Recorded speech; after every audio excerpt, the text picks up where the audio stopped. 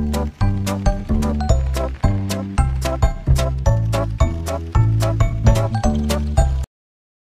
SDG o mas kilalang Sustainable Development Goals ay may isang hanay na 17 na layunin at pinagtitibay ito ng United Nations noong 2015.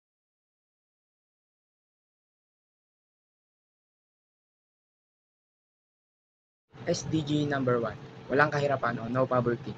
Ang layunin nito ay bukasan ng kahirapan sa lahat ng anyo nito sa lahat ng dako. At ang aksyon naman ng ASEAN ay pagbibigay ng programa sa pangangalaga sa kabuhayan para sa mga mahihirap. At pangalawa, pagpapalakas ng mga sistema ng social protection para sa mga nangangailangan. Pangatlo, pagsuporta sa mga micro, small, and medium sizes enterprises o MSMEs na lumilikas ng mga trabaho. Pang-apat, pagpapabuti ng access sa edukasyon at healthcare para sa mga mahihirap. Pang-lima, paglaban sa diskriminasyon at pagtataguyod ng pagkakapantay-pantay. SDG number 2, Zero Hunger. Ang layunin nito ay wakasan ang gutom, makamit ang seguridad sa pagkain at masustansyang pagkain, at itaguyod ang sustainable na agrikultura. Aksyon ng ASEAN. Una, pagpapalakas ng mga programa sa pagkain at nutrition. Pangalawa, pagsuporta sa mga nagsasaka at producer ng pagkain. Pangatlo, pagpapabuti ng mga sistema ng pamamahagi ng pagkain. Pang-apat, paglaban sa pag-aaksaya ng pagkain. Panghuli, pagtataguyod ng sustainable ng mga kasanayan sa agrikultura.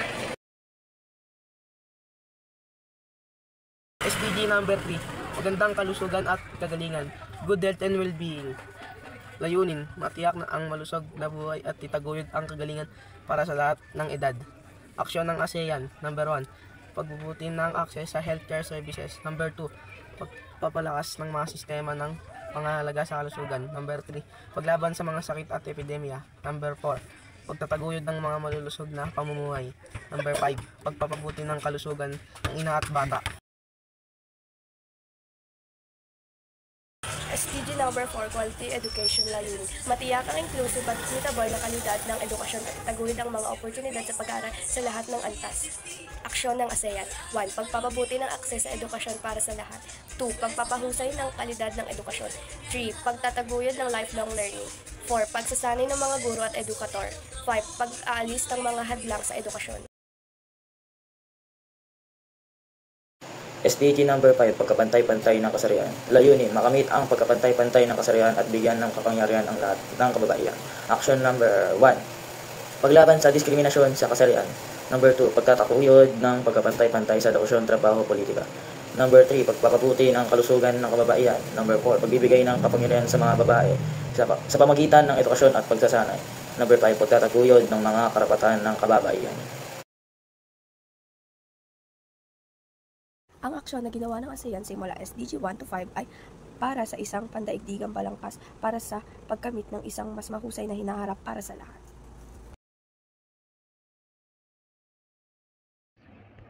SDG number 6, Clean Water and Sanitation.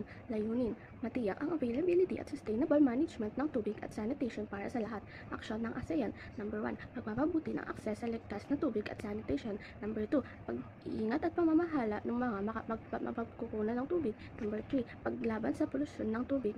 Number 4, pagtataguyod ng sustainable water management practices.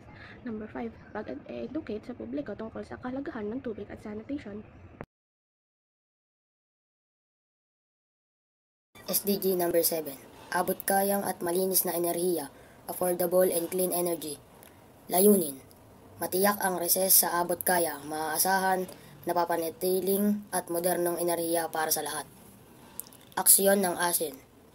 Number 1, pagpapalawak ng renewable energy sources, solar, wind, hydro, geothermal. Number 2, pagpapabuti ng energy efficiency. Number 3, pamumuhunan ng research and development ng mga bagong teknolohiya sa enerhiya.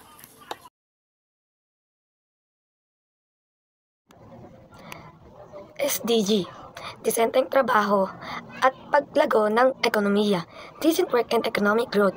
Layunin, itaguyod ang mga matatag, inclusive at sustainable na paglago ng ekonomiya, buong at protektadong trabaho, disenteng trabaho para sa lahat. Aksyon ng ASEAN. Una, paglikha ng mga trabaho. Pangalawa, pagsasanay at pag-unlad ng kasanayan ng manggagawa. Pangatlo, pagprotekta sa mga karapatan ng manggagawa. SDG number 9, Industry, Innovation and Infrastructure. Layunin, bumuo ng matibay na infrastruktura. Itaguyod ang inclusive at sustainable na industrialisasyon at palakasin ang inobasyon. Aksyon ng ASEAN. Una, pamumuhunan sa infrastruktura. Pangalawa, pagpapaunlad ng mga industriya at paglikha ng mga bagong teknolohiya. Pangatlo, pagtataguyod ng sustainable industrial practices. SDG 10. Nabawasan ang hindi pagkapantay-pantay, reduce inequalities. Layunin, bawasan ang hindi pagkapantay-pantay sa loob ng pagitan ng bansa. Aksyon ng ASEAN. Number 1, pagtutupad ng mga patakaran para sa exclusive growth. Number 2, pagpapabuti ng access sa edukasyon at healthcare. Number 3, pagsusuporta sa magnilitide groups. Explanation 6 to 10. Ang pagkilos ng ASEAN sa mga SDG ay nagpapalakas ng pakikipagtulungan sa pagitan ng mga miyembro ng ASEAN at ng iba pang mga stakeholder tulad ng United Nations at mga organisasyong pang-international. Ang pakikipagtulungan na ito ay mahalaga sa pagkamit ng mga SDG dahil nangailangan ito ng magkasanib na pagsisikap at pagbabahagi ng mga pagkukunan. SDG 11, napapanatiling lungsod at komunidad, sustainable cities and communities. Layunin, gawing inclusive, ligtas, matibay at sustainable ang mga lungsod at pamayanan ng tao. Aksyon ng ASEAN, pagpaplano ng sustainable urban development, pagpapabuting transportasyon at housing, pagpapababa ng polusyon.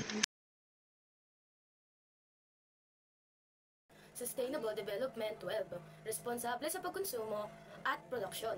Layunin, matiyak ang sustainable consumption and production patterns. Aksyon ng ASEAN, pagtataguyod ng sustainable consumption and production practices, pagbabawas ng waste, generation at pollution, paggamit ng recycled materials. SDG 13, pagkilos ng klima changes. Layunin, tumutukoy ito sa hakbang upang labanan ng climate change at ang epekto nito. Aksyon ng ASEAN. Una, pagbabawas ng greenhouse gas emission. Pangalawa, pagsusulong ng renewable energy. Pangatlo, pagtuturo ng kalayaan sa klima. Pang-apat, disaster preparedness at adaptation. Pang-lima, pandaigdig kasunduan sa klima. Pang-anim, preparation at conservation programs. Pang-7, pagtutulungan ng government at mga organization. SDG 14, buhay sa tubig, life below water. Ngayon, protektahan at panatilihin ng mga karagatan, dagat at mapupukunan ng tubig at sa isang sustainable development. Aksyon ng ASEAN. Una, bawasan ang polusyon sa dagat. Pangalawa, pangalagaan ng mga ecosystem sa dagat. Pangatlo, panatilihin ang mga biodiversity sa dagat. Pangapat, pasiglahin ang mga sustainable sa pangingisda.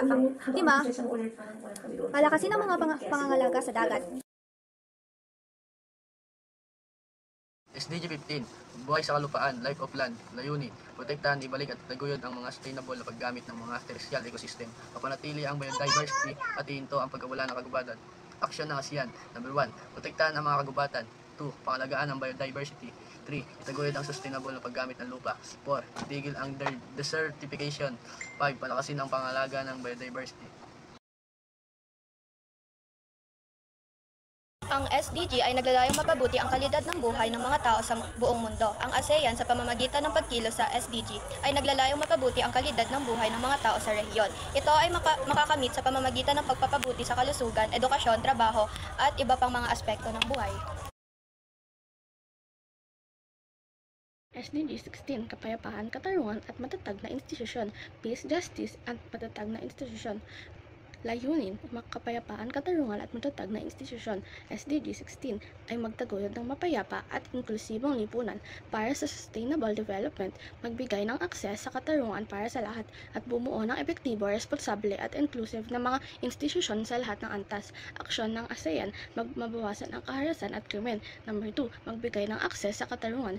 Number 3, bumuo ng epektibong mga institusyon. Number 4, itaguyod ang good governance. 5. Protektahan ang karapatang pantao. Sa kabuuan, ang mga aksyon ng ASEAN patungkol sa SDG 16 at 17 ay naglalayong itaguyod ang kapayapaan, katarungan at malakas na institusyon sa rehiyon, habang pinapalakas ang pakikipagtulungan sa mga kasosyo upang mas malawak na layunin ng sustainable development.